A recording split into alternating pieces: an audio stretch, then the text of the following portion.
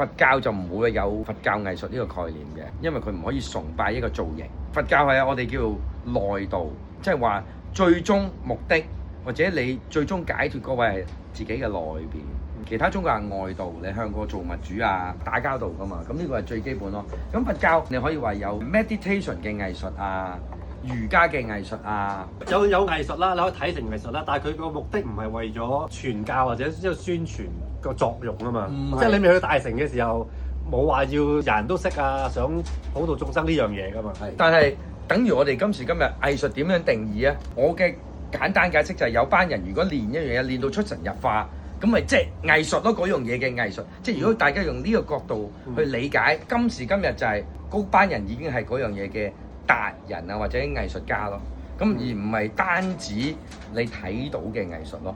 即係造型藝術咯。即係我要有個神有個樣俾我拜，所以嗰個叫造像學。佛教就應該唔係嗰樣嘢，但係佛教好多時都佛經記載好多人撚好多嘢都撚到出神入化嘅。但係嗰個功夫係為自己修練，唔係為咗表演或者係俾人睇㗎嘛。唔係喺佛教嗰個身語意裏邊，你有冇 expression 嗰樣嘢咧？係一定要你諗過，因為你 express 一樣嘢，佢有佢嘅後果㗎嘛。好多人而家講嘅就唔係好理解修行與神通嘅關係咯。神通絕對唔係修行嘅目的，但係佢會有呢啲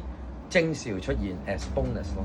即係有條友話諗啲嘢諗到好出神入化 bonus 就係娛樂到大家咯，就係咁嘅咋，博得一笑嘅咋。你唔好諗住佢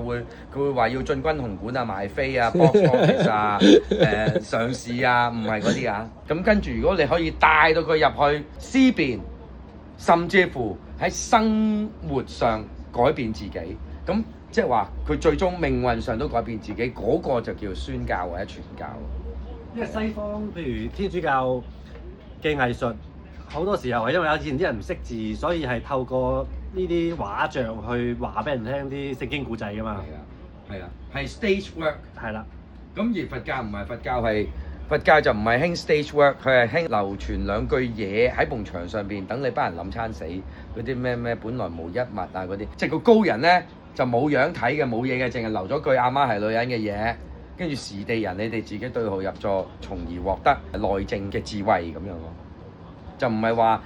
宣俾你聽，我講你要聽，即係我係阿叔，你唔係阿叔講嘢你要聽，就唔係嗰度嘅。佛教係一個好勁嘅人都可能係一個死狗咁嘅樣，但係佢喺一啲好極端嘅位，突然間令到你嘭一聲領悟到一啲嘢咯，從而有嗰個改變生命習慣、改變命運嘅嗰個原動力咯。